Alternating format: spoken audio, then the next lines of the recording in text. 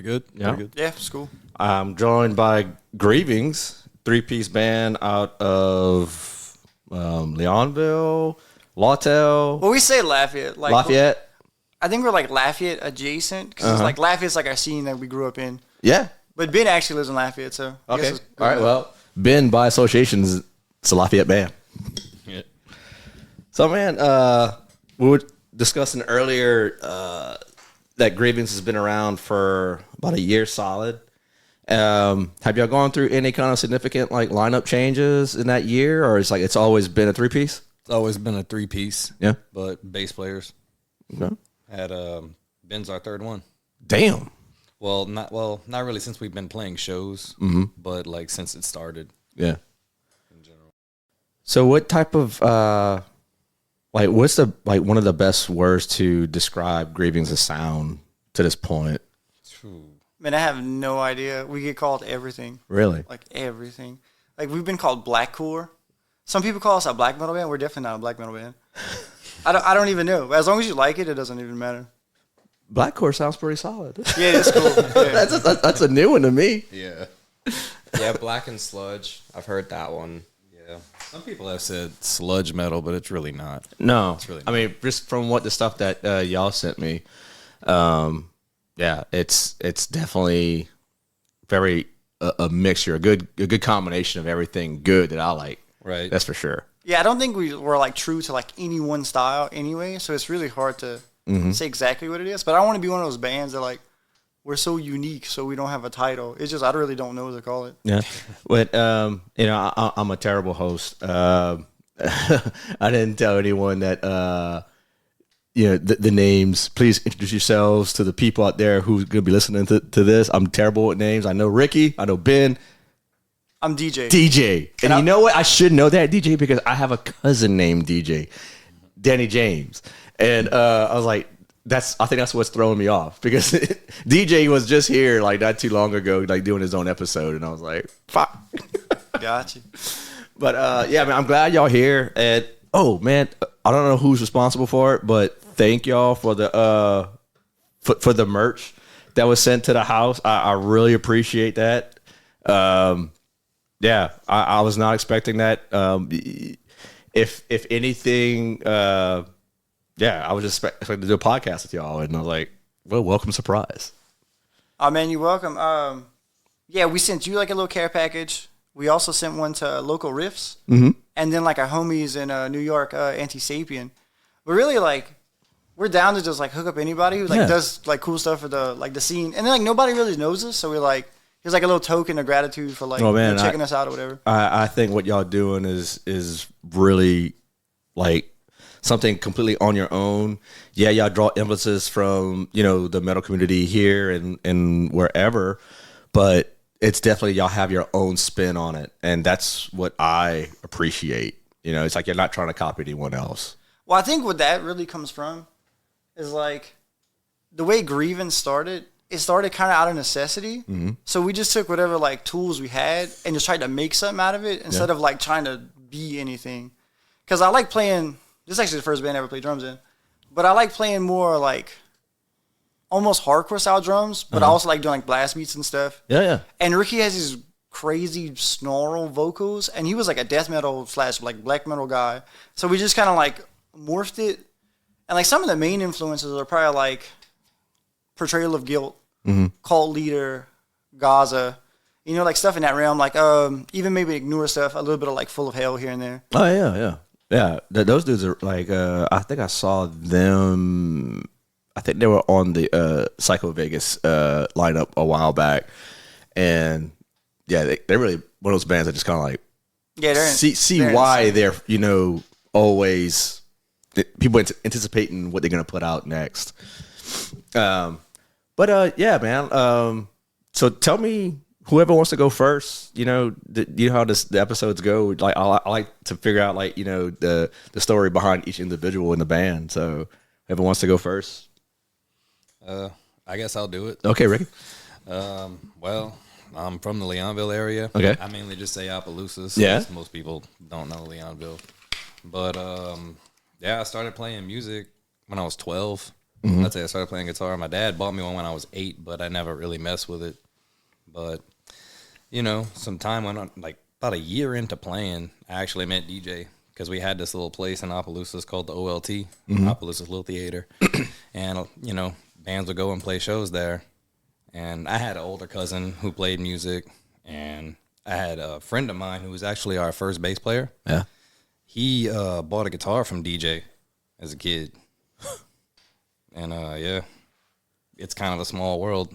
Oh, it definitely is, especially Louisiana. And you're playing metal, dude, that's kind of comes to the territory. And I just kind of got obsessed with playing guitar at an early age. I just sit in my room all day, just riff out, and learn all kind of songs from all kind of bands, and started writing kind of early. Yeah. Just improvising with my friends, even though like my friend that played drums back then didn't know how to play drums at all. And he would be asking us how to do it. I'm like, I don't know how to do it. But pretty much like that year, I want to say it was 2004. Okay. I pretty much have been in a band every year since I started playing. And how old were you again? I'm 32.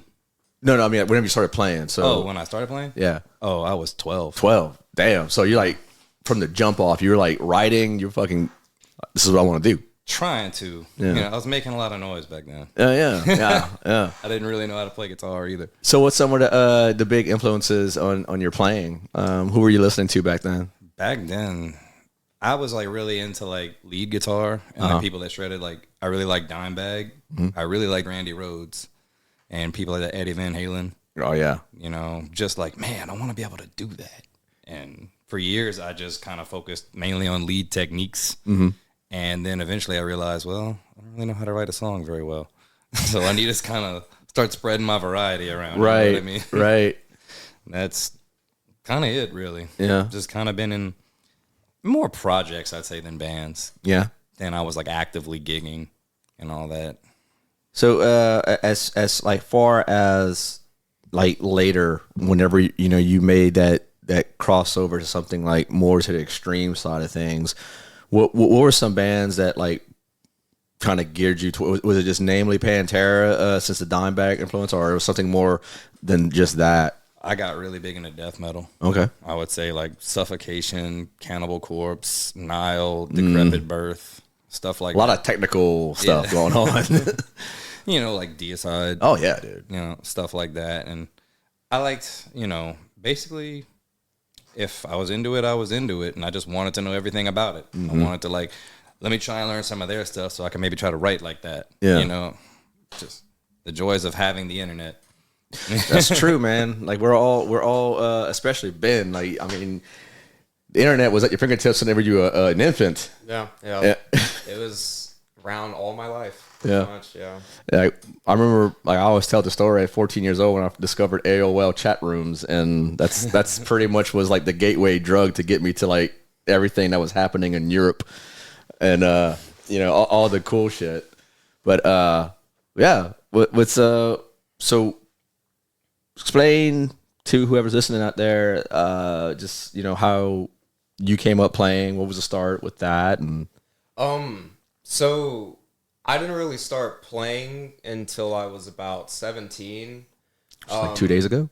No. I'm 22 right now, so pretty much. But all my life, I've been interested in music. I played a lot of video games when I was younger, so I really like video game soundtracks. That's kind of what started my passion for music. My brother was someone who brought me into a lot of different types of music. He put me into like Megadeth and Metallica at the beginning, and then into Slayer, into heavier stuff like Black Dahlia Murder at a very young age. And I just kind of grew a passion for it. And playing was something I always wanted to do, but I was more into mixed martial arts when I was younger. Oh shit. So I picked up the bass at 17, and it was more of a hobby back then. And then at UL, I joined the jazz ensemble and the blues ensemble for playing upright bass. And that's kind of what started my foothold on playing and understanding what's actually going on. And then I got picked up for a band I guess it's kind of like deathcore. It was Severed in Sleep. That was my first band, and that was my first time playing a 5-string bass, and it was a whole new world, and it was really fun. And then I got picked up for Grievings, and the tunings just got lower, and it was just I love it. It's great. What y'all tune to? That's a good question. It's drop B. Drop B? It's not that low. Yeah. It's right in the sweet spot. I Mm-hmm. think. Shit. I have no. I just got familiarized with some drop tunings through some bands that I interview and whatnot, and just seeing just how low that shit can go, man. It's nuts, and it get really lower if you play something more than 6 strings too. I mean, Right. like if you play like a 7 or an 8, dude. I mean, it's Right. fucking sky's the limit. Like I own an 8-string, and before I owned one, I was like, man, I can't wait to like just just jam on low tunings. And honestly, now I play it the least. I'm like, you know what? I think I'm going back to 6. Yeah, I don't know, just something about playing it. I know. Practically. I mean, I can't play nothing more than 6. Yeah. I mean, it's, I played 7s on the norm for like the longest time, but I don't know. I just started playing my 6-string again, and I just don't want to go back. hell yeah. At a certain point, you should just play bass. Yeah, You just have like 2 bass players. There's this band called World Peace. Yeah. It sounds like shit, but it's awesome.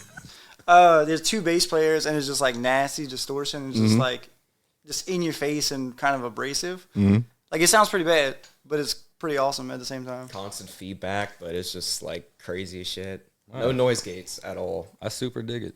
Yeah, I was always told that if you're really adept to playing your instrument, and you know how to mute and quiet your strings in between songs, you don't need a noise gate. Yeah. That's what I heard. Oh, dude. Like, But I'm a huge fan of noise gates though. oh, yeah, I am too. I remember back in the day just having to like take my volume knob all the way down, Right. like between notes. Yeah. But yeah, I became a sucker for a noise gate. So Ben, being that the youngest one to come into the band, like, was there any type of I guess any period that you felt like a little bit intimidated playing with these guys, or not really? No, I actually prefer it. This is something I really want to do, and it's nice to be with people who are just as serious. And sometimes jamming with people around my age, they have other things going on in their life. They have school, they're trying to figure out their work situation and jobs. So Yeah. it starts straining the workflow when just people have life going on. So it's really nice to be with people who are already established. So yeah, that's pretty much it. Yeah. I don't really feel intimidated. I mean, I'm ready to go. So yeah. How many shows y'all played as a unit so far? It's been quite a few. We've played like 26 shows Damn, so man. far. Like 25, 26, something like that. Yeah. When's the next one? Not till July. Damn. Since we started playing shows, we really hadn't taken a break to like kind of chill and write. Mm-hmm. So we want to work on some new stuff because like we have the Pyre EP coming out May 15th, but that's really like some of our first songs. That's really? like old stuff. We're so tired of that at this point, but nobody's heard it. So I mean, I hope everybody really likes it. Yeah. I was privy to hearing some of the things you're gonna have on Pyre, and dude, it's fucking killer. It really Thank is. you so much. Thank you. Appreciate it. Yeah, I was, I can't help but listen to it and just think about like some of the hardcore bands that I've been exposed to in the past couple of years, it's like some Tragedy, some Heroes Gone, something in that vein, and it's a very, how should I say, it's refreshing for the palate, Sick, man. Yeah. So, how about you, DJ? What's your story, man? Man, I really just fucked off a lot. So like, I got a bass like around being 14. Like Ricky said, they had this spot in Opelousas called the Opelousas Little Theater, and like everybody would go to shows. But really, like, everybody's parents would just drop them off and they would just smoke weed. They wouldn't even go to the show. So we were just like a bunch of little bad kids. And I had a bass. I got like one of those little cheap, I don't know what it is, like the SG something Ibanez or something, like super cheap. It was like a SG ripoff, or It was like those little black Ibanez you can get for like $100. oh yeah. With the little amp. So I had that forever. I remember those. And I didn't even know how to tune it. I didn't know what I was doing. But all my friends played. Yeah. So I'm not saying they were good, but they all, so like the only reason I really stuck with it at first, because like every time I go to like my homie's house, they'd be like, yo, grab your bass, let's try to play, even though we had no idea what we were doing. So I kind of just did that for a few years. I stumbled my way into my first like bad band, and then like we played like the Underground Sea, like in New Iberia years ago. And then I got to a point where I was like decent, and like I started on bass. I mainly play bass and guitar. Like Grievings is the first band I've ever played drums in, ever. So I ended up getting in a band called Acadiana. We played. It was like a metal band, but it's called Acadiana, from Acadiana, whatever. It was like southern like metal stuff with breakdowns. But it wasn't as bad as that sounds. Anyways, so I did that, and then that band eventually fell apart. And then I was just like in and out of a bunch of bands that really never made it out of the practice space. So like prior to Grievings, it had been like 12 years since I had played a show, and I never played a show on drums. So the way Grievings kind of started was me and Ricky were in a band, and I played guitar, he did vocals, and we had a drummer. We had no bass player at the time, and we eventually like lost our drummer. And I could always like kind of play drums. Like I can get on like my friend's kit, I could like bust a beat here and there. And it wasn't terrible, but I didn't like actively try to be a drummer. So but I did have a kit. And so once we lost our drummer, there's like no drummers in the area like at all. They are a hot commodity. Yeah, there's none. So it was pretty much like somebody had to figure out how to play drums, or we just had to call it. Like we still wanted to play. So I was like, all right, Ricky, if you can deal with me like just sucking for like 6 months, eventually I'll just pull something out of my ass. Yeah. And then that's kind of how Grievings started. Yeah. Like when we first started Grievings, like we didn't know what to play. So like, all right, I can barely play drums. So let's play like Doom or something. Okay. Like we were terrible at Doom. We couldn't play it at all. Like every time we would try, we would just speed everything up. Like I wanted to play fast. Yeah, for, like, yeah. the jump. You just kind of can't help yourself at that point, Yeah, I just wanted to jam, and I would try to get blast beats, and I could kind of do them, but I would just get like so exhausted, and I would just like strain through it. But after a while of doing that, I kind of figured it out. But yeah, the first couple of practices like didn't make any sense, and we just kind of called it. Like we just like this ain't working. Right. And then like I said, I always played guitar and bass. That's what I grew up doing. So eventually I kind of just thought about it for a while. And then like I spent on like 2 weeks. I wrote like 3 or 4 songs. And like Ricky's super fast to learn songs. So I was like, dude, try to learn these. I think I could play to it. And so like 3 of the songs was actually ended up being the first Grievings EP, which was the Endless. And the reason really we did those songs, because like that was the songs I could play at first. That's how we had like 7 in the beginning, but we needed to record something. Yeah. Which we actually recorded all that in Ricky's living room. That's fucking neat. Like not knowing what we're doing. We're like on YouTube, like how do you work Reaper? How you think I started this? I was just like YouTube and everything. Yeah. I was like, how do I start a podcast? So that's kind of how we got going. And we just like practiced a lot and just progressively got better. Yeah. Well, shit, man. You could have had me fooled, man. I thought you've been playing drums for like years upon years. No, not at all. But I was in like previous bands. I was in bands with some really good drummers. Yeah. So I knew what a good drummer was. Yeah. And then like I played other instruments, so I could already like play to a click and stuff. Right. So I had some background that really helped. It was more like endurance. Like I don't know, rudiments or like anything. I can count to 4 and I can count to 8, so I'm good.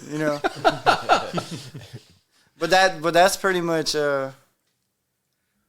that's kind of like how we do everything. And then most of the stuff now just gets written in the practice space. Are there any influences that influence your drumming, or somebody like you like kind of model your drumming after, or is it just something that it's all your own? It's dominantly my own, because I'm just like, again, like I just kind of fuck off and just do my own thing. But as far as like influence, man, Ben Kohler, Oh, yeah. But specifically from All Pigs Must Die. Okay. I love All Pigs Must Die so much. James Beveridge from Portrayal of Guilt. Dude, he's phenomenal. He's so creative. He's amazing. Casey Hansen from Gaza and Cold Leader. So like those type of guys. And they're all like really mixed like drummers. It's like skank beat, blast beat, crazy rolls, like all like super intense, kill your kit. You know, kind of feel like death after you play. Fucking right. I know. I was told that I was a better drummer than I ever was a guitar player. And if you look around the room, there's this guitar gear here. And man, I would really like to try and like you said, like playing to a click, having some background. Like now that I've been playing music or trying to play my best music, after about 4 years or so, and get behind the kit and see what kind of chops I have now.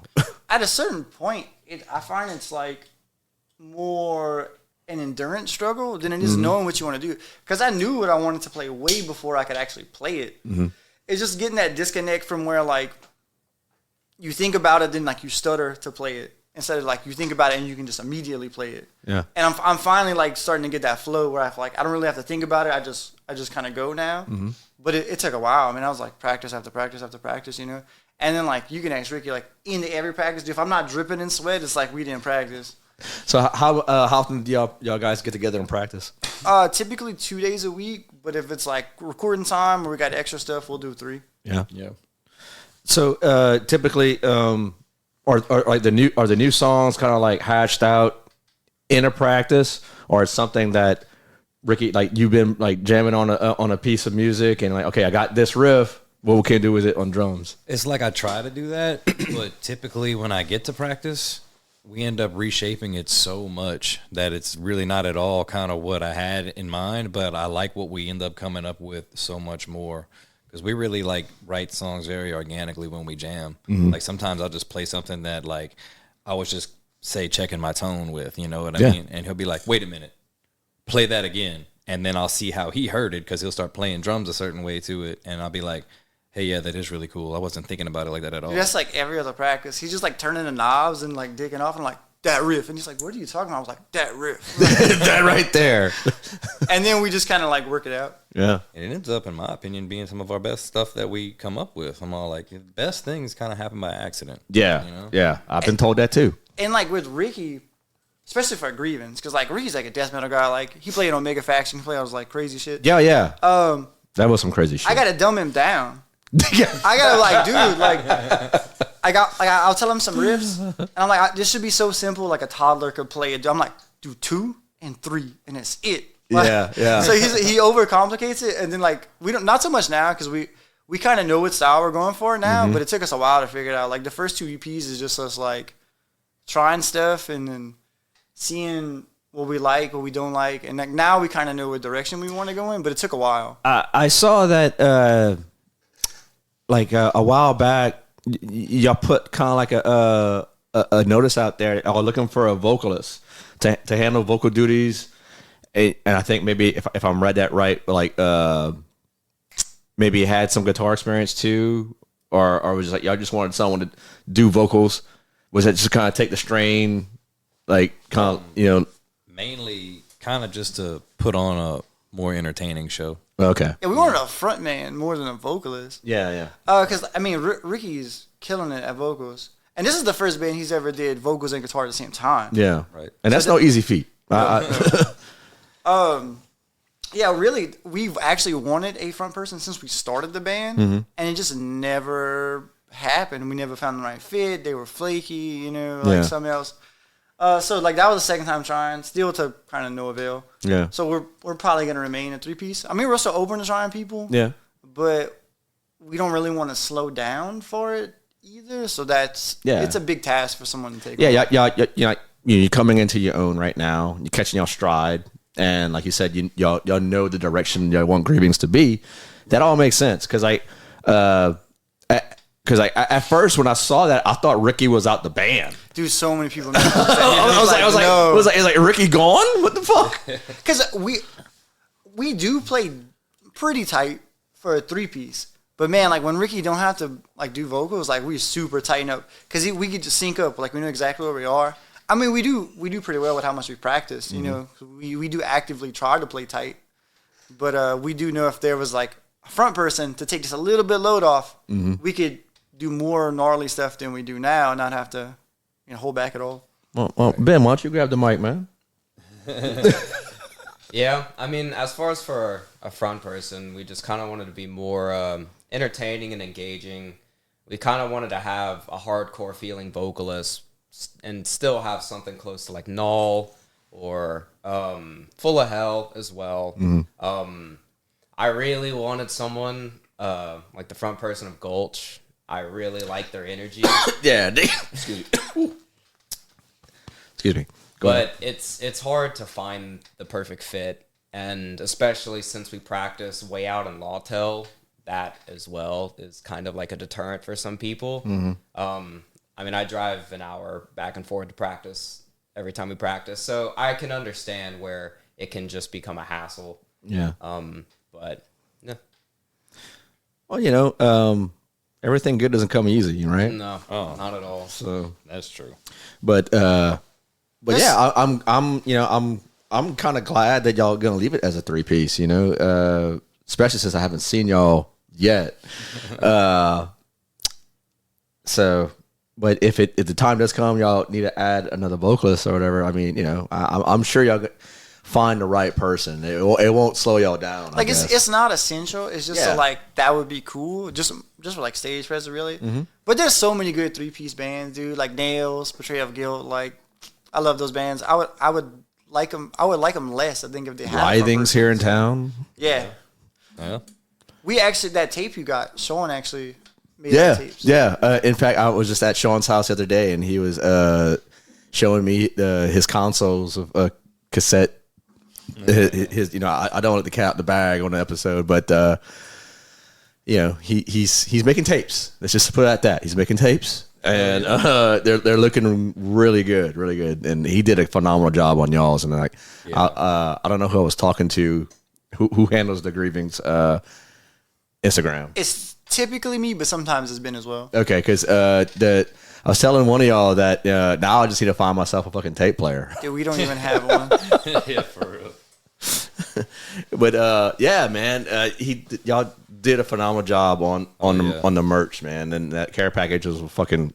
That's Ben though. He put that all together. Your man, Ben. Thank you. Shit, yeah. I was telling the guys before you got here, like I was like, I'm good friends with Patrick with PMSR Promotions, really good dude, and I think you might have dropped off a package over here before. I have. Yeah. Your house did look familiar. Yeah, I was like, wait, because Patrick wanted me to go to the printers and grab some stuff, and I was like, man, I just can't. I'm like just so sick. So thanks for that. Yeah, you brought it over, and he came find I guess it was some shirts or something like that. Yeah. I normally deliver packages for him whenever he needs it. I originally went to him because I was interested in starting my own clothing brand. I kind of wanted to shadow the things that he does and kind of how he operates in his business. And he said that he's more of a one-man show. Yeah. So we just kind of ended up me doing deliveries for him. And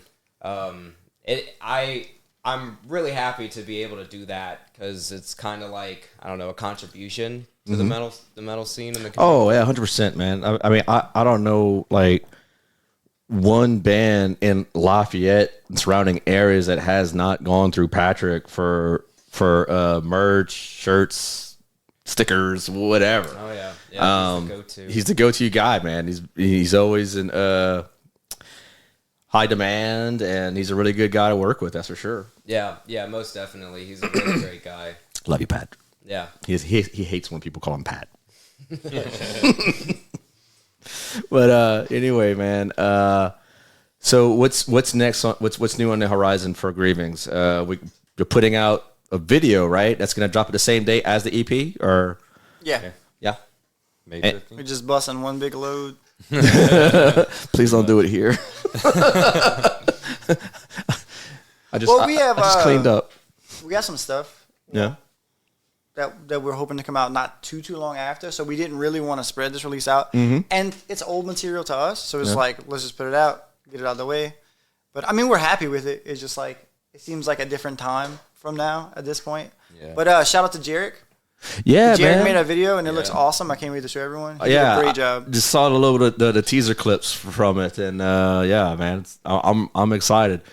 Did he charge our arm and a leg to do that? No, he gave us the homie discount. That's what's up. Fucking A, Jarek. Need you back over here, man. Yeah, he did great. I was very happy. Very happy. Because like, as soon as we were thinking about doing a video for Damnation, because that's what the song is for, like a day or two later, Jarek made a post like, "Yo, I'm looking to do music videos," and I was like, "Well, that's who I'm hitting up." Yeah. So that was cool, and he was super easy to deal with. It didn't even take him long. Oh, nah, man. Like that. If there's one guy that's creatively, whether it be music, artwork, fucking videos, the dude. I mean, he's just good at what he does. Yeah. Really, like, I mean, I go to him whenever I have questions about, like, you know, operating cameras and stuff like that, you know, and I like to eventually like do something like visually with the guy, you know, for the podcast or whatever the case may be. But yeah, it's always a joy to have him over here, like doing the Buried Underground episodes. I haven't done any of that in a minute, so we need to get back on the ball. But so y'all playing in July, and where that's going to be? So we have 2 shows booked in July. July 6th, we're going to be back in Houston at I think Ground Control is the venue. Yeah. With a bunch of Houston locals. And then July 27th, we'll be at Feed and Seed with Absalom, Golgothan, and Cranial Sledge. That's going to be a fucking killer show. So yeah, that'll be cool. Yeah, that'll be cool. And then at the end of August, we're currently trying to book like a little Florida run. We're going to do like a little 3-4 day run or something. Try to get the handlebar for sure. No, I don't have that. I think we'll be at Subculture in Pensacola. Okay. And then Never been there. And then I have a date in Gainesville, but the venue's not set yet. I'm trying to get something in Tallahassee. I've been struggling with that date, but I mean, we still got some time. Tallahassee's weird. Is it weird? Okay, cool. That's good to know. It's good to know, actually. It's our first time out that way, so it was like testing the waters. I went out there with the Heraclean boys, and it was quite the experience, man. Weird in a progressive way, I guess. But I mean, it's not offensive. It was just, I remember it was a stacked lineup of just like fucking diverse acts that day. Okay. And like, I mean, as far as like straight ahead, just death thrash, you had Heraclean, then you had like these stoner type stoner rock, not doom band. Then you had a guy by himself playing a bunch of like no effects type of tunes. By himself? Okay. By himself. Wow. Yeah, just the guitar, and he had like a little like some backing tracks. That's and yeah. And it was and then they had like another band that was like Floridian, like true Floridian death metal. But the place that they played, man, it was like a combination dive bar restaurant type of thing, and I was like, dude, leave it to Tallahassee. Yeah. But no, Florida's fun, man. I mentioned the handlebar because like every show that I've been in Pensacola has always been at the handlebar. Fucking Goatwhore played there, Heraclean, Writhings played there, and a slew of others. But great atmosphere. Crowd always shows up in Pensacola. That's sick. Yeah. And like, I mean, one of like the struggles for our band, well, not really like a struggle, but you just gotta pay your dues. We're a new band. Yeah. And most of us are pretty introverted, so we know no one. So it's like we just gotta grind it out until we figure it out, because we don't have like any connects or anything. Simply like if you like Grievings, it's because you like the music, because you don't know us. Yeah, yeah. And I mean that but you know what? That's you're networking right now. Yeah, exactly. You know, someone's gonna hear this, you know, hopefully, and like connect with you guys, connect with the music. and see what happens. And that's also why, like, out of the gate, we tried to play a lot of shows. So, like, when nobody knows us, so we're just going to, like, play everything we got our hands on. And then also, like, I was new to playing drums, so I was like, I don't know what it's like to play a show on drums. So let me just play a bunch of shows so I can, like, get some experience under me. So now we can be a little pickier with shows, but we just like to play a lot, to be honest. Yeah. So as far as like the tempo of Grievings, I mean, I've heard like a small sample of what y'all got, and for those who do not know about Grievings, like what can you expect at a live show? Wait, as far as the sound's concerned, like the EP. Okay. We sound like the EP. Like, dude, our recordings are pretty DIY and pretty raw, and it's all live. There's no editing. Like, I mean, like I'll do some like stuff in takes, but it's all real drums, no triggers, no anything like that at all. Not hating on triggers because triggers are really cool. They just don't really fit in our band, I find. Yeah, anything you hear on EP, that's how we sound live. I guess I was just looking for like a description of like of what to expect. Like what's the, like I guess what is the definitive like sound or like something like maybe I'm not thinking on all cylinders right now. We mentioned bands like Cult Leader and Full of Hell. Is that something that you would put yourselves as a comparison to, like a direct comparison? Or Nah, I don't want to put myself in that ring. That's for sure. Okay. I'd say I don't even want to put myself in this one yet, but like any like rad 3-piece band that just tries to play super tight. That's kind of what we're going for. Fair enough. We try to play as tight as we can. I mean, some nights are better than others, but we do try to play the absolute best we can. I mean, we're a 3-piece, so we can't put on like a crazy show. So we hope we play good enough to entertain you, and we try not to take breaks. So it's just song into song into song into song, no stop. So like I should be pretty dead by the end of the set. Yeah. I like that personally. Like just like all killer, no filler type shit. Just go in, fucking kick ass for 20 plus minutes, and then leave the audience just like. That's exactly what we try for. Like, and we aren't like overly social, so it's like if we don't have to talk, that's cool. So it's just like song. If you want to sell some merch though, be social at the merch table. Yeah. That's we're there all night. Fucking put on your best salesman face right there. For sure. That's typically Ben's category. Yeah. Oh yeah, Ben? Yeah. You play salesman? Yeah, I'm always at the table. I like talking with people. I think people's lives are super interesting, and I like interacting with people, so that's kind of where I stay. I like that. Good answer. Oh, yeah. Ricky looking every bit of introvert right now. No, I just get quiet. Yeah, we're all like pretty chill, man. Like I'm 34, I'm the oldest, but like I'm a paw by nature, dude. Like if I can be to bed by like 9 o'clock, I'm aiming for it. You're talking to a 44-year-old dude. So like I know like before like so I left New Orleans last night like probably around just after midnight, and I was like, dude, I know I have some places to stay in New Orleans, but I was like, you know what? I'm awake. I had an energy drink, so I just know that I could just fucking keep going to the house, and that's exactly what I did. So, I was in bed by 3 a.m. and I was like, I totally forgot about our podcast. Tell you the truth, like truth be told, I had no. I was like, oh yeah, and I was like, man, I don't want to. If there's one band that was really good to me out of the gate, I was like, it's Grievings, and I haven't even met y'all. And I was like, I'm not going to cancel on them. Like, fuck that. Like, so like the paw in me was like, yeah, dude, you need some more sleep. I'm like, no, you got some work to do. But it's not work. This is so fucking fun. You have no idea, man. So, and thank y'all again for coming, man. I know it was a long trip from Lafayette area. I gotta drive that to do anything, so like don't sweat it. But thank you so much for having us, man. Like, sure. For having us. Yeah.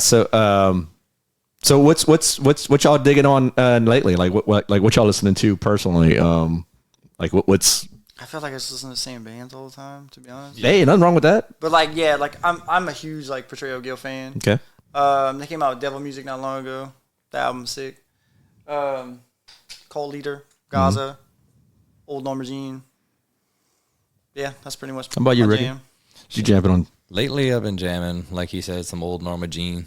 Just, it's always very nostalgic, them old albums. But some old school death metal that I used to jam in high school. Like, I was a big fan of a band like Necrophagist. Mm-hmm. And I was jamming Epitaph the other day. Still a great album. Yeah, just stuff like that. And I've been looking for like new bands to get into. You know? You should check out our Buried Underground episodes on the podcast, dude. Hell yeah. Yeah, like I'll have Toby came. Jarek's been on, I think, 4 times already, and we just kind of get into our black. Every time it's me, Jarek, and Sam White from Witch Burial, who basically he and I started the Buried Underground series. We definitely get into our black metal, death metal bag when it's me and him together. Yeah. So You like Garia? what's that? Garia, Gaerea. I don't think I ever heard of them. They're from Poland. Oh, never heard of them. They have a newer album called Mirage. It's good, but they have one before it called Limbo. Mm-hmm. And I really dig that. Like right when I was getting into like playing a bunch of blast beats, like Okay. I watched their stuff religiously. Do me a favor and like send me the link to that Okay. because I'm gonna forget. I'm terrible with remembering certain bands, like new bands that someone tell me about. So yeah, I'll definitely check that out. Yeah, the drum playthroughs are phenomenal. Yeah. I noticed that's like a steady trend with a lot of like newer bands that's in death metal, like anything extreme. It's just like they're doing playthroughs, and dude, like these drummers are just getting better and better and better. As far as like you mentioned triggers and fucking double bass and blast beats, all like that. It's become so like heavily involved with like technical prowess. Yeah. In every sense of the word, man.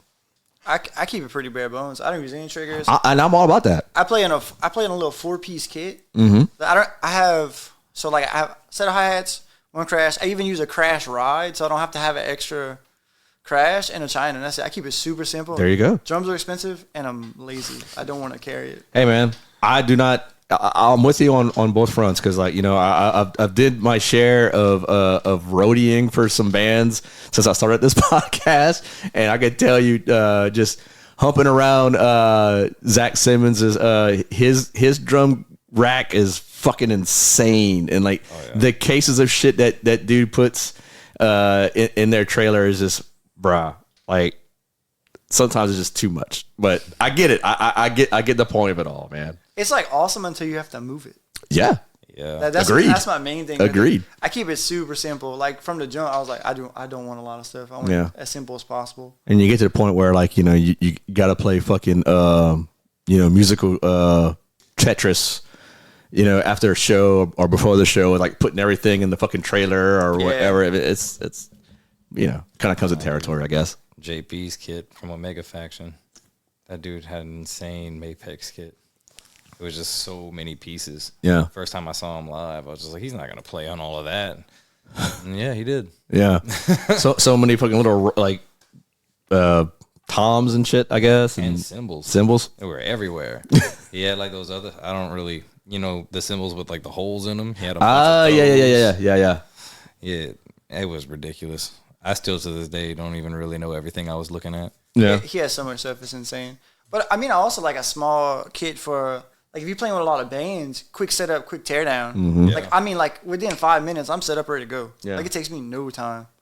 Yeah, and I guess, you know, in having like a stripped down version of what you got, I mean, it's like if you don't know you're playing, you know, headlining or whatever, and the size of the venue, I mean, you don't know what you're going to be involved with. Or even, like, if you're playing with, like, 9 bands, we played South by South Death Fest in Houston. Oh, shit, how was that? It was awesome, but fuck Denny's, dude. Like, for real.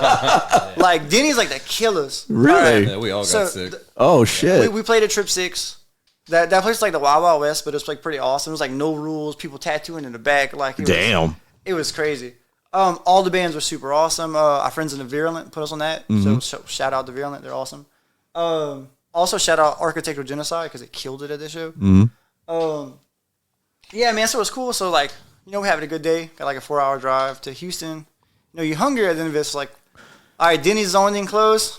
go eat at Denny's. Yeah. Man, Denny's fucked us all up. Like some food poisoning or some shit? Well, we all shit our brains out at that That's- venue. that definitely So sounds was like it. It was terrible. So I'm like, so we get there, we bring all the gear inside.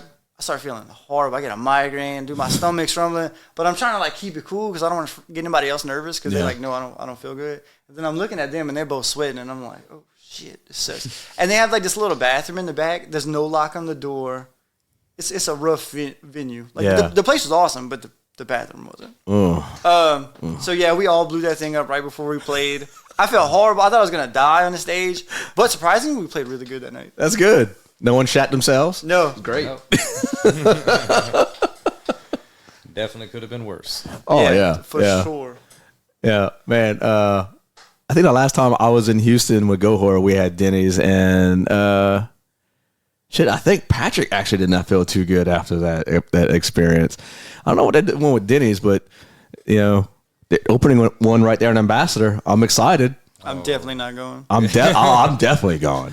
I mean, that shit tastes good. It might kick my ass in the short term, but I'm ready to take that chance. I'll roll the dice on Denny's any day. Let me know if it's safe. I will do.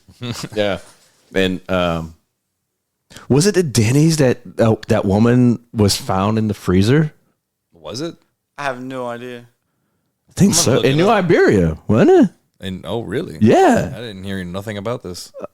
I'm looking this up. Oh wait, yeah. I didn't actually know it was a Denny's. I just knew. I don't know if it was a Denny's or it was a restaurant. But man, I think it was a Denny's. They were talking about it at work one day, Yeah. and like my job got the scoop on the funerals. Like I work in a flower shop, Oh shit. so like I do delivery. So we deliver to like all the funeral homes and everything. So like if somebody died, they know about it. Mm-hmm. So like they'll talk about it in the shop.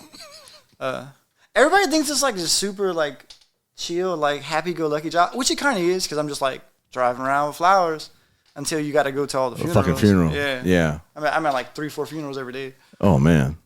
You get used to it. Like I'm just like in and out, and Yeah. it's really not bad. But even besides that, it's great. Like the people I work for are awesome. Yeah. I'm not a big fan of funerals. I'm just not. You shouldn't be. Oh no, man. It's just kind of awkward. All depending on who you're going to visit, I guess. If it's something more personal, obviously, funeral's bad. But I want to say, you're talking about some shout outs, but I want to shout out to fucking Chris Lilly because your boy Ricky's wearing the fucking Nashing hat right now. Yeah, I really like this hat. Yeah. They killed it. Chris is awesome, dude. He promotes everybody. Chris, you the shit. He is, man. Yeah. And in fact, I ran into the Nashing drummer himself, Brendan Ledet, over there at the GOAT, man. It was good seeing him. We were talking about how they got some stuff in the pipe coming full steam soon. Yeah. So looking forward to that. Yeah. And but Ben, did we skip over you? Like, what's some of the things that you're listening to lately, man? Like, what's so currently I'm in a pretty big hardcore kick. I just like being a numbskull pretty much and just like wigging out. But some bands that I really like are like Spy. I really like Spy. Gulch, one of my all-time favorites. We played with a band called Nerve for South by South Death Fest, and they were great as well. Oh wait, out of Texas? Yeah, they're really good. Awesome. I like them. Yeah, they were great. They're really cool guys. I bought a tape from them. They're great. I'm also kind of in like a grind kind of kick as well, like Sounding out of New Orleans. Mm-hmm. Real big fan of them. Full of Hell as well. I just kind of like. I'm a huge fan of pedals and gear, so when they kind of have like synthesizers going on with the boards, with the vocalists, just kind of doing that kind of stuff, it's really interesting, and I like it a lot. Same thing with Christworm, one of my favorite bands. They're so fucking heavy. Yeah. So heavy. I love talking gear with those dudes. So that's kind of my thing. And another one that's kind of like, I don't know how to put it. I guess it's gore grind, but they're mainly hardcore influenced. There's a band called Gutalax, which is just Dude, those frog vocals. wild band. It's yeah, so like crazy. the vocals are like like frog noises and pig noises, but it's over a hardcore kind of vibe. And yeah, I can't even do it. It's really bizarre, but like I fucking love it, Dude, that reminds me when we played with the Cemetery Rapist. Yeah, Dude, that shit's crazy. yeah. Cemetery Rapist. It was a one man show, and he was like playing over like trap beats and shit, and he had a drum machine that was programmed. It was wild. But yeah, he was doing the frog noises as well. Was that was at South by South? No, this was at Acadia in Houston. Okay. When we played out there. But yeah, with Gutalax, they'll have like porta potties, crowd surfing, and fucking throwing out toilet paper for streamers and shit. It's wild, but it's a fun party. It sounds like one happened in time for sure. Yeah, they're crushing it. So that's pretty much what I've been jamming right now. It's been that way for a while. I can't get over it. I fucking love hardcore and grind. When you're talking about gear and pedals, man, I'm like, I'll show you what I got in my drawer space, and it's not underwear. It's not that type of gear. It's I got all my pedals in here, and I was telling the guys before you walked in how or maybe you were here whenever Sammy just yesterday said wants to trade me a bunch of pedals for that little Marshall half stack I got right there, and like bunch of like one-off fucking prototype pedals that Sammy's like different people want to make them pedals, and I was like, holy shit. Sick, yeah. I was like, yeah, I'll take all of those. I'll take them all. From Ethan Klein, some from him. Michael Klein, yeah. Michael. Michael. Yeah. Cool. So I'm really stoked about that. And but yeah, man. Anything else we need to cover? I don't know. I want to say, like, we're just super grateful as a band to even just be able to, like, play. Yeah. And then, like, I just think our community is killing it right now. There's it really is. So many good bands So right many now. good bands, like, dude. It's insane. Yeah. Like, it's I remember definitely before COVID hit and in the middle of COVID is how, like, I was talking about how, like, creatively, like, it's going to explode. And it did. It's like you had so many bands that like formed out of COVID. Like even though like people were not like performing in clubs and whatnot because everything was like shut down, but I just knew that on the back end of things, like once the fucking shutdowns were done with, there was going to be an explosion. People were going to like flock to venues, and just about anytime you there's a band playing either Caboose or Freetown, at a local level, like it's packed to the gills. It doesn't really matter who's playing, which is great to see. Yeah, I guess it sometimes might take like not being able to go do something just to realize, man, I didn't realize how much I liked going out seeing bands. I just think the quality of the bands is great. Absolutely. Like everybody's just killing it. Like it's almost hard to go out and see a bad band these days, which is a great problem to have. It's a great problem to have. Yeah. Yeah, I haven't heard me play guitar just yet, so hold on. But yeah, man, and I remember like back there was a time like in the early 2000s where like the scene in Lafayette was just like kind of like non-existent.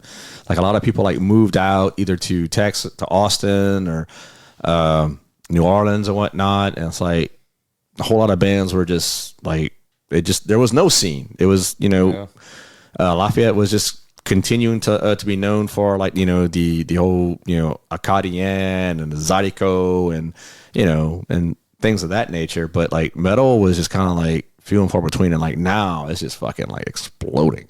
It's fucking great. Yeah, I moved away for about a year myself. Did you really? Yeah. Where'd you go? I went to Fort Worth, Texas. Damn. I had joined a band up there. I was in that scene, like I said, about a year, but I kept having to come back and forth from home to there because my dad had got sick. Well, he had a brain tumor. Oh shit. Yeah, it was benign, and he ended up surviving, but he had a bad stroke during the surgery. Yeah, and it was just like it was just my mom taking care of him, and she still had to go to work, and there was nobody to help him. Yeah, and my band, we were a little active, but we weren't really doing a whole lot of stuff to be like, man, I gotta have like this big. And plus, that's my dad, you know. Yeah, Like, man. I came home and just quit my job, my band, and everything up there. And I'm actually still cool with those guys. We still talk. That's kind of good. on the reg, and everything just kind of worked out, you know. How was the scene in Dallas Fort Worth, man? Oh, it was great. It was great. Like, you know, there's so many more people in a metroplex, Yeah. you know, than a town like Lafayette. And every time I go out, there'd be, in my opinion, so many people at these shows. And my band would be like, man, there's really nobody here tonight. The scene's kind of done. I'm like, what are y'all talking about? This is awesome. You know what I mean? Yeah. I was like a kid, like at a carnival. I was just like, so like, wow, this is great. And they're just like, yeah, it could be better. It was better last time. I'm like, come on, man. Like, let's just have a good time. Yeah. That's one place, like the Dallas Fort Worth area. I've only been to like maybe one show in my entire life. And I went see Sleep at the Bomb Factory. Oh, cool. And that shit was just fucking sonically, you know, just fucking penetrate your fucking chest. I mean, it was like, damn. But yeah, that was only like that's the only frame of reference I have as far as like the, you know, Fort Worth, Dallas area. And from what I've seen, I mean, they showed up. I definitely showed up. Yeah. I mean, that was a pretty big venue. Like, people down there would, if there was a show downtown at like Reno's or somewhere else close by, people would like, okay, I want to see this band, and then this band's playing there, so we're gonna hurry up and go here, and the second they're done, we're gonna hurry up and make our way there and catch that band. Like, they're about it, you know, they're just super about it. And they had like this one place in Fort Worth called Tomcats. I'm pretty sure it closed down. Man, that place was great. The sound, it was just such a good vibe too, you know. I kind of miss being around there sometimes, but you know, everybody would always pick their hometown. Like, anybody rather being around home. Yeah.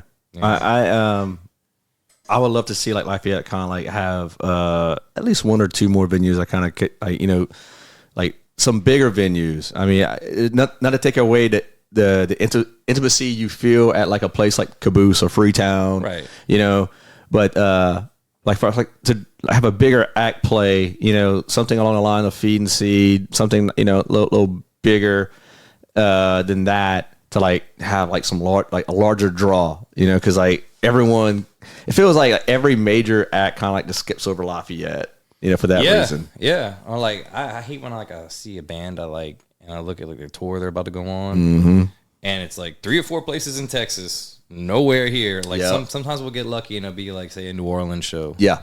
You know, and that's about it. Like, they don't never come nowhere. The only reason why we got to see Vader at the GOAT of all places because they had a night off. I think we played the night before. We did. Did y'all really? The night before that, yeah. Dude, that fucking show was insane. Like, imagine, you know, I mean, like, it was like my bedroom fucking just stacked full of fucking people. Like, you just could not move in that place, man, for Vader. Was it also the Origin show? Yep. That's the show. Vader, Origin, and fuck, there was somebody else involved. I can't think of who it was, but it was fucking great. Hell yeah. Yeah, dude. That's some big bands to put like in a little space like that. Yeah.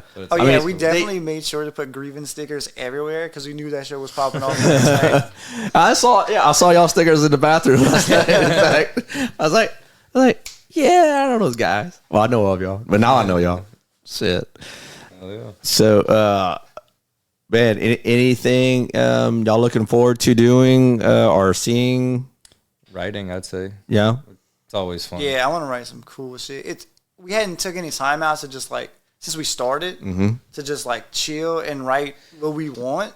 So we're kind of doing that right now. We got a few new songs written. I don't give too much details on that. Yeah, we'll keep going with that for sure. Can you give us like anything at all as far as like if we some of the older content, like the older songs that y'all have, y'all want to talk about, like what like as far as like lyrical content and as far as like putting together the riffs to like who's in charge of that? Okay, so pretty much I've been hands off, like lyrics wise. But as far as like, so we don't really worry about like riffs per se. We really just care about song composition. Yeah. Like, cause it could be like dumb simple. We don't care. Whatever sounds best goes. Yeah. And like we just kind of get in a room and like hash it out, and it like doesn't matter who made the idea. Best idea always wins. Mm-hmm. And like sometimes like we just love them from the jump, and then sometimes we just grind them down over and over and over and over again until we just get it how we want. Mm-hmm. But it's usually all like pretty lighthearted. It goes pretty smooth. Yeah, I'd say like There's no fights coming into play. not at all. The rule of thumb is just pretty much like if it doesn't flow, it doesn't go. Yeah. You know, like I don't want to copy and paste sound in songs or like too many ideas crammed into a song. Just trying to keep in mind of that and just focus on the elements that we want to progress. Like some stuff, mainly on Pyre. Like so to talk about that one. So like Sacrificial and like Pillage, or I say a little more on the like metal end out of the songs. I see us going more like Damnation, and that's kind of why we made that one the single, because that's more the sound we're staying towards. Don't get me wrong, we're still like some black and gritty stuff here and there. But, Yeah. But I think Damnation is a good direction for us. Yeah. So that particular track's a good indication of like where y'all want to head as a group. Yeah. Fucking A. As far as like lyrics and like what are some of the things that like subject matters that y'all hit on? I'm gonna let Ricky take that one. Okay. Yeah. Well, I never really write about anything from like my own personal point of view, if that makes sense. Basically, like I'll find something like a true story about something completely fucked up that happened, and I'll be like, what if I was this person? You know what I mean? And I'll write from what I imagine their mindset would be. And I almost kind of create like my own story version of something. You know what I mean? It doesn't have to be like a true story. Just anything I might find interesting. It could be like fiction even. Yeah.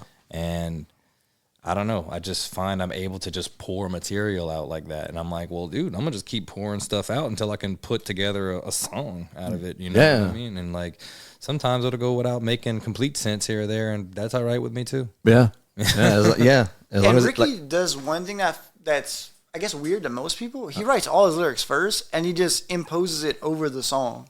Instead of coming out with melodies first, he writes everything and then just sticks it on the song. I try to come up with my phrasing as I'm playing the guitar. all right. That way I don't ever have to be like, man, I hope I'm be able to play it like I heard it in my head, because that's how I end up. That's interesting, man. That's neat.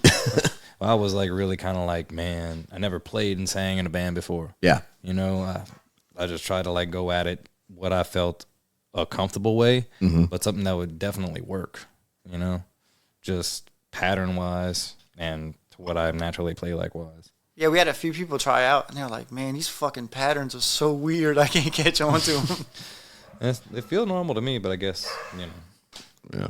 I don't know. Does Ben, you get to contribute to any of the lyric writing or Yeah, I do some creative writing, so I'll just kind of like give him a stash of like things I've written, just one-off lines, stuff like that, just see if he can fit anything anywhere. I mean, if he doesn't use it, it's whatever, but it's there if he needs it. So Yeah. That's mainly what I do. Like I don't really like he has his own process and stuff, so I just try to I like to stoke the fire, but I don't like to impose on the fire, you know. Get that? Yeah. Yeah. I mean, and then, like you said, I could always use something later. Yeah. You know, if I think, you know, if I dwell on it, or if I even don't dwell on it and look at it later, I'd be like, oh, yeah, that. Well, man, this has been a really informative, and I really enjoyed getting to know you guys, man. Again, thanks for the care package, Ben. And Oh, no problem, man. Thank you for having us. oh yeah, dude. thanks for And I'm really excited about seeing y'all play. I know I kind of slow to everything on the Lafayette side of things as of late. You know how life is. Life is just fucking Oh, dude. nonstop. But yeah, man, thanks again for coming, man. I really appreciate it, and I'm looking forward to what y'all put out soon, and looking forward to May 15th. That's when Pyre drops. That's when the video drops. What's the single gonna be called? Damnation. Damnation. So be looking out for that. I'll definitely tag the shit out of Grievings once that all drops, and yeah, man, I'm excited. Awesome, bro. Sweet. Thank you. Thank you. All right, guys. Thanks a lot. Yeah.